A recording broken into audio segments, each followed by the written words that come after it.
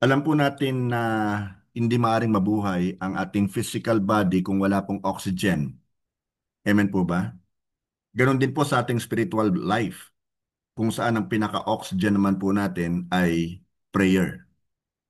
Ang prayer po ang hininga ng isang tunay na Kristiyano. Kapag naglaho po ang prayer, naglalaho rin ang sigla ng ating spirit. Kapag wala pong prayer, nawawala po ang ating spiritual power. Ang sabi nga po, at madalas ko ito naalala yung sinabi ng aking kaibigang pastor, no prayer, no power. Less prayer, less power. More prayer, more power. At kapag naging mechanical po ang prayer natin, nagiging mechanical din po ang puso natin. So ang pamagat po ng pag-aaralan natin ngayon ay the right attitude in prayer. So sa gabing ito, pag-aaralan po natin ang maiksi yet powerful command ni Apostle Paul found in the book of Colossians chapter 4 verse 2 kung saan nakasulat po, devote yourselves to prayer with an alert mind and a thankful heart. Ang verse po na ito ay nagpapakita ng lifestyle ng isang mature, spirit-filled at Christ-centered disciple. So tingnan po natin yung first part po ng atin pong text sa Colossians chapter 4 verse 2a, devote yourself to prayer. Okay. Colossians 4:2a says, devote yourselves to prayer. Now, yung salita pong devote, galing po yan sa Greek word na proskartereo, na ang ibig pong sabihin ay to continue steadfastly, to persist, to remain engaged, to refuse, to quit. Inilalarawan po nito yung kalagayan po ng ating early church doon po sa Book of Acts chapter 2 verse 42 kung saan nakasulat, all the believers devoted themselves to the apostles' teaching and to fellowship and to sharing in meals, including the Lord's Supper and to prayer. Historically po, ang salita pong proskartereo ay nangangahulugan na manatiling actively committed kahit na mahirap ang situation, kahit na maraming distractions, o kahit na wala ka sa mood. So sinasabi po ni Apostle Paul na huwag mong tratuhin ang prayer bilang iyong huling paraan o yung last resort. Gawin mo itong first priority mo. Kaya nga po nakasulat doon sa 1 Thessalonians chapter 5 verse 17, ang sabi ni Apostle Paul, never stop praying. Sa ibang version, pray without ceasing. Tulad po ng paghinga, tulad ng pagtibok ng puso, tulad po ng buhay mismo. Nabubuhay po tayo sa panahong ito na puno po ng distractions, puno po ng kaguluhan at interruptions. Kung magpe-pray po tayo na kasing dalas ng ating pagsa-cellphone, magiging spiritual giants tayo. Ang prayer po ay hindi isang bagay na pinupuntahan natin. Ang prayer po ay isang bagay na isinasabuhay po natin. Ang prayer po ay isang bukas na pag-amin na kung wala si Kristo, ay wala tayong magagawa. Ang prayer ay hindi lamang communication, ito po ay isang confession. Kapag nag-pray po tayo, idinideclare natin, Lord, sa iyo ako nagtitiwala, sa iyo ako umaasa. Hindi ko magagawang mabuhay, maglingkod sa ministry, maging banal o magmisyon kung wala ang iyong kapangyarihan sa akin. Naalala ko po tuloy yung isang kwento patungkol po sa isang ama na gusto niyang matutong lumangoy yung kanyang anak eh. So dinala niya po sa isang swimming clinic. Palaging itinatas ng bata actually yung kanyang ulo mula po sa tubig kada ilang segundo lang dahil natatakot po siyang malunod. Mahinahon po siyang sinabihan ng kanyang instructor, Utoy, hindi ka matututong lumangoy kung titigil ka sa paghinga. Now, kapatid kaibigan, maraming Christians ang katulad po ng batang ito. Sisimulang mag-pray, pagkatapos magpapanik na. Titigil, tapos magsisimula uli. Pagkatapos, titigil ng talaga. Hindi po tayo makakapamuhay sa kapangyarihan ng Holy Spirit maliban kung ang prayer po natin ay maging natural at palagi ang paghinga ng ating kaluluwa. Point number 2, pray with an alert mind. Sa Colossians chapter 4 verse 2, yung second part, devote yourselves to prayer with an alert mind. Now, yung salita naman pong alert na ginamit po rito ay galing din po sa Greek word na gregoreo. Diyan marahil galing yung salita o yung pangalang Gregorio. Nang ibig pong sabihin ay to stay awake, watchful, to be spiritually vigilant, to be aware of danger and opportunity. Ito ang salitang ginamit po ni Jesus nang warningan niya ang kanyang mga disciples sa book of Matthew chapter 26 verse 41, kung saan sinabi po niya, keep watch and pray so that you will not give in to temptation. For the spirit is willing, but the body is weak. At ito rin po ang salitang ginamit ni Apostle Peter sa 1 Peter chapter 5 verse 8. Nakasulat po, stay alert.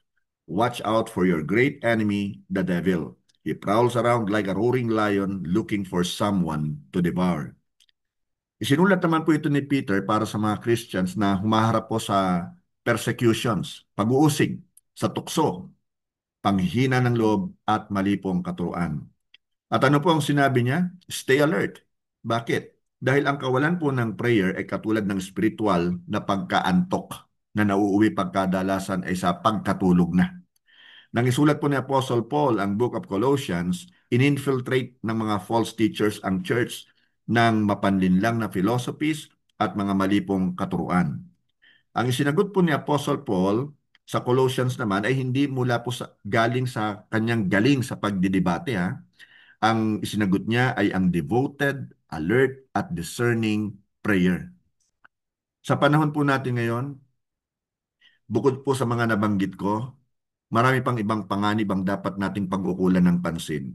Katulad halimbawa po ng digital o ng social media distractions, entertainment addiction, pagguho po ng moralidad, at maging political idolatry. Kapansin-pansin, yan po ang laganap na laganap ngayon sa atin pong bansa. Pinapupurol po ng mundo ang ating isip. But praise God, pinatatalas ng prayer ang ating isip. So magkaibang magkaiba. Ang sabi nga po ni R.T. Kendall, and I quote, the greatest barrier to knowing the will of God is the assumption that we already know it. In-expose rito po ni R.T. Kendall yung ating pride. You see, prayer is not informing God. Prayer is aligning ourselves with God. Isa lang po ang trabaho ng nagbabantay sa lighthouse, sa parola. Ano yon? Panatilihing nagliliwanag ang parola. Kasi ito po yung gumagabay sa mga barko especially during times of storms. Isang gabi, napabayaan po ng tagapagbantay yung langis. Kakaunti ang langis sa parola. So nung ito po ay paubos na, hanggang sa naubos, nagdilim po ang ilaw ng parola at may isang barko na bumangga po sa mga bato. Kapatid kaibigan, mahalaga ang iyong spiritual alertness. Mahalaga ang iyong prayer life. Ang kaligtasan ng iba, ang lakas ng loob ng iba, maging yung breakthrough ng iba ay maaari pong nakasalalay sa iyong prayer. Ang kaaway po ay totoo. Ang mga panganib po ay totoo. At ang misyon natin ay totoo. Kaya nga pong sinabi ni Apostle Paul, stay alert, pray awake. Point number 3, pray with a thankful heart. Doon po sa Colossians chapter 4 verse 2, yung last part, and a thankful heart. Devote yourselves to prayer with an alert mind and a thankful heart. Now, yung salita pong thankful, galing po yan sa Greek word na Eucharistos. Nang ibig pong sabihin ay deep gratitude. Pwede niyo pong i-google yan, yung mga words na binabanggit ko sa inyo na in Greek ha. Na ang ibig pong sabihin ay deep gratitude, overflowing thankfulness, a heart that remembers grace. Doon po sa Philippians chapter 4 verse 6, it is written, don't worry about anything. Instead, pray about everything. Tell God what you need and thank Him for all He's done. Binabago po ng thankfulness o pasasalamat ang prayer mula sa pagiging isang tungkulin or duty tungo po sa kasiyahan or delight. Mula sa isang obligation tungo po sa worship. Mula po sa isang ritual tungo po sa relationship. Ang pagpapasalamat po ay ang wika ng mga taong tunay na natubos, tunay na na-redeem. Imposible pong maging tunay na nagpapasalamat kung malamig ang spirito natin. Imposible pong maging tunay na nagpapasalamat or nagiging thankful kung nakadepend naman po tayo sa ating sarili. At imposible ring maging tunay na nagpapasalamat kung puno tayo ng pride. So inire-remind tayo ng pagiging thankful na ang Diyos ay tapat noon, tapat ngayon, at mananatiling tapat bukas. Tapat po siya magpawalang hanggan. Ang pagpapasalamat po ay gamot sa takot. Kapag nagpapasalamat po tayo sa Diyos, inaalis natin ang ating focus mula po sa problema o mga struggles natin, sa mga obstacles, tungo po sa mga pangako ng Diyos. Mula sa pagkabalisa, tungo po sa katiyakan. Mula sa pagpapanik, tungo po sa pagpupuri. Now, kapatid, kaibigan, ang utos po sa atin ni Apostle Paul ay simple ngunit mahalaga. Ano-ano yon? Balikan natin. Devote yourselves to prayer. Kaugalian mo at gawing lifestyle ang prayer at huwag mong gawing yung last resort. Secondly, pray with an alert mind. Maging mapagmatsyag ka, alisto ka, alamin ang mga taktika ng kaaway, maging intentional sa pamamagitan or sa intercessory prayer. And thirdly, pray with a thankful heart.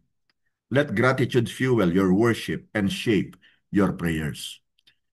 Tayo po ay mag-pray mga kapatid. Heavenly Father, kami po ay nagpapasalamat sa iyo sa gabing ito kung saan ipinakikita mo sa amin, Panginoon, yung kahalagahan ng prayer para sa aming buhay. Yung tamang attitude na dapat po naming iukol tuwing kami po ay mananalangin sa iyo. Salamat po, O Diyos, sapagkat pinaalalahanan mo kami to devote ourselves to prayer at maging alerto po ang aming kaisipan, Panginoon, dahil the devil prowls around like a roaring lion waiting for someone to devour. Na lagi po kaming nasa a spirit of alertness when we pray, my Lord. And Lord, thank you rin sapagkat tinuturuan mo kaming maging thankful, Panginoon, as we pray. Dahil alam namin na ikaw po ang source of everything that we have. In Jesus' mighty name, ito po ang aming samot dalangin sa iyo. Amen and amen and amen. Glory to God.